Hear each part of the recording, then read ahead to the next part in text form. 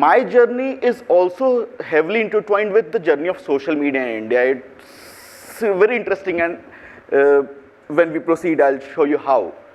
So this talk, this conversation that we're going to have is more about how social media in India happened. And the initial 2-3 minutes I'll take to take you through my journey and how that became intertwined with social media. So born up in Patna, got educated in Patna, then moved to Delhi, just another computer science engineer, nothing exceptional about that. Then something interesting happened in 2011. So this is me in 2011. The person sitting right beside me is Mr. Manish Sisodia. He is now the Deputy CM. This was an event in which Annaji was present, and he was managing the media part, I was managing the social media part. So things happened. This is me at Ramlila ground, the winter one, not the summer one. Summer one, we didn't have time to get the photographs done. So this is how the IT cell used to work. Now things are different. Now we are much more empowered. Now there are mobiles.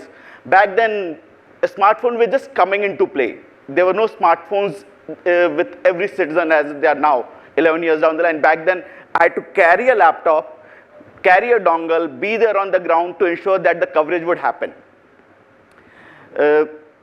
Things changed. This is from 2011, yeah, done that too. This was in front of Dr. Pranab Mukherjee's house.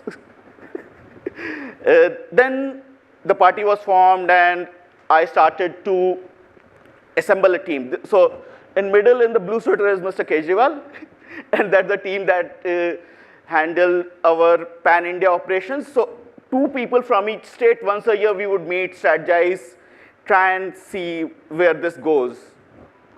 I am there in the brown jacket somewhere in the middle of it.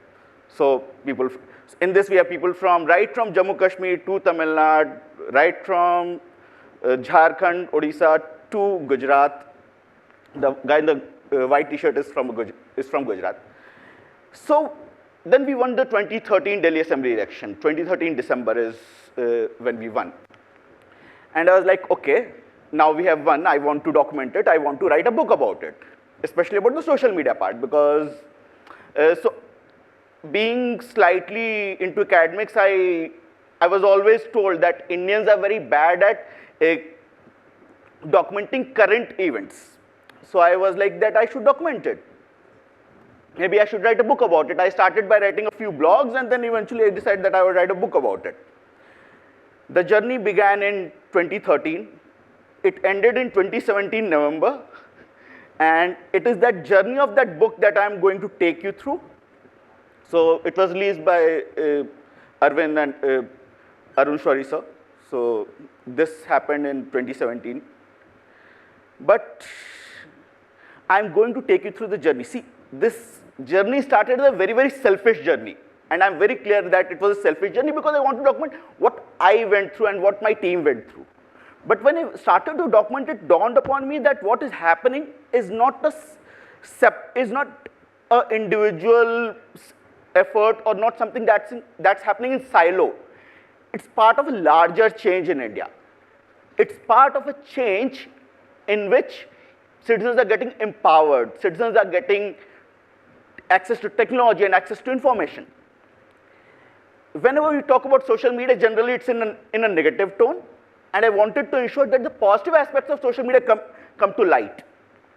See, be it nuclear technology, be it fire, everything can be used for negative or positive purposes. The negative purposes of social media have been talked about enough, so I want to document the positive aspects of it. So I started this journey, and every time I tried to reach out to anybody who was active on social media in an influential enough way, it led to only and only one incident. So those of you here from Mumbai would recognize this. So this is the Mumbai attacks photograph. This is the official date on which Twitter says that they were launched in India. Before that date, Twitter official date existed in India. Facebook was in bits and pieces. This was a Flickr archive of a photographer which I found online even while I was writing my book. There were people who were posting real-time photographs of helicopter operations on social media. And I was undergoing this journey in 2013 and 14, and this was 5 years before that. Then I reached out to my contacts in Mumbai, and Vishal Dadlani is one of them. I asked him, what did you do?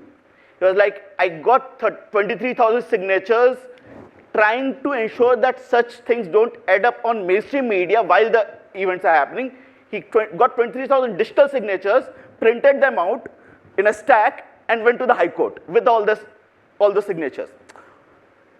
When the attacks ended and people were trying to get back on their feet, they used Facebook groups to coordinate and ended up having a huge, huge event at Gateway of India. I believe some of the Mumbai friends are here. You would remember Gateway of India was flooded with people, and people were out there to express their solidarity with each other.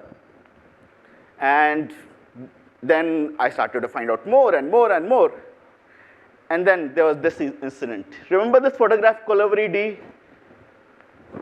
So in 2011, the usual way to release a music video was get a producer, get a music industry label, get them to accept what you have to say, and then they would promote it.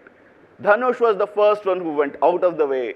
There are immense history behind this, and well, it was the first Indian video to cross 100 million views on YouTube.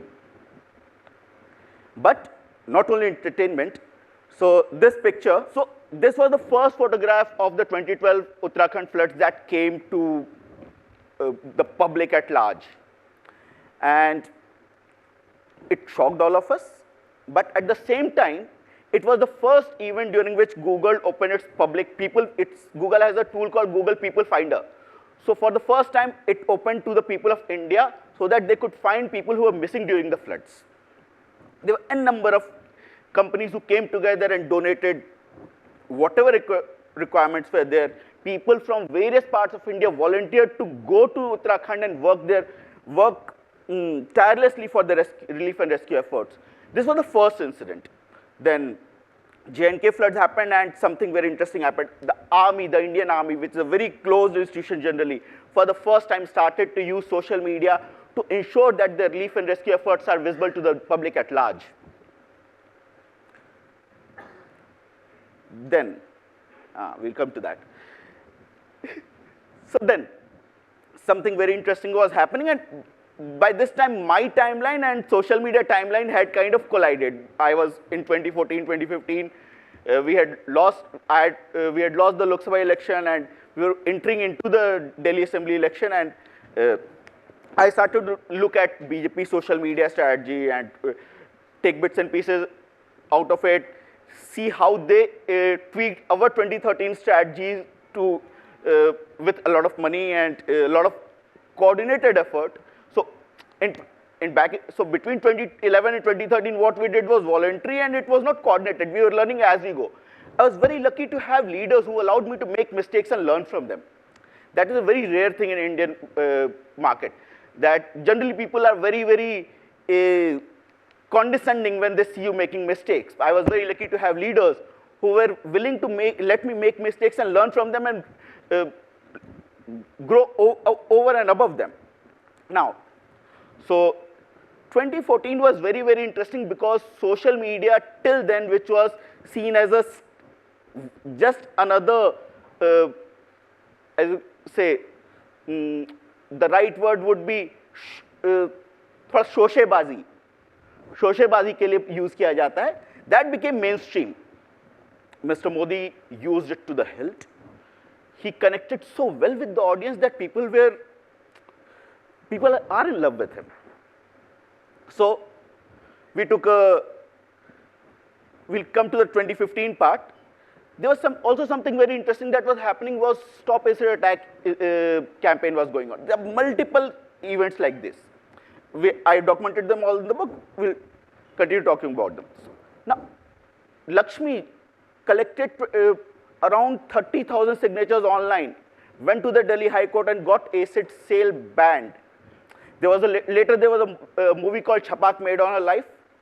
This documentation that I did was before the movie came out. At that time, the talks of that the movie might come were happening. They raised, so this club called Shiros, it is in Agra and Lucknow, It is made entirely via donations collected online. There's a time when Lakshmi and her team had to even raise funds for getting their mobile recharges done online. So all these were part of stories as to how change was done via social media, how people were able to use social media for bringing out a positive change. Later, she also, of course, walked the ramp. She was awarded by Mrs. Michelle Obama, and then comes 2015. So this was an organic campaign, Muffler Man. So the lady Aarti, she's based out of Mumbai, she posted it. And she posted it on her Facebook, and we were like, okay, this is gaining exceptional traction. Remember, till this point of time, Arvind had resigned, he had lost Lok Sabha, and we were a party which had nothing to lose and going into the Delhi Assembly elections.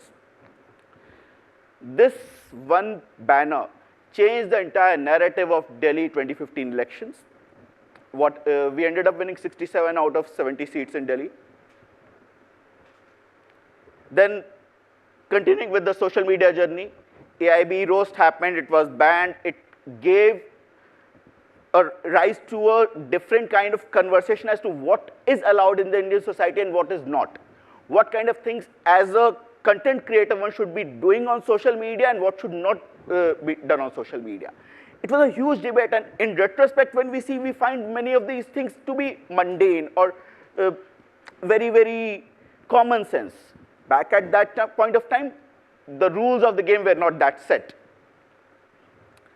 Then Me Too happened. Me Too was very important in the sense that for the first time, female voices from across industry were able to come out and say that, hey, this is what the reality is, without the fear of being harassed and targeted.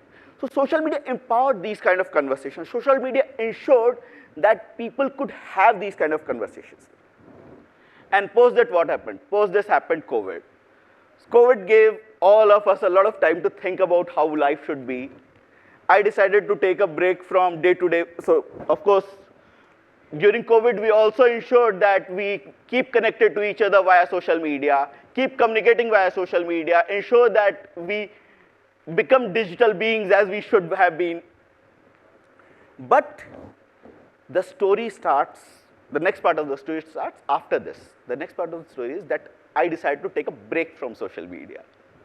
Now, I am doing some other things. I'm trying to unlearn and learn a few more things, and just trying to ensure that the knowledge that I have gathered over the past decade or so, I pass it on to a newer generation of people who take this mission forward and use social media in a positive way.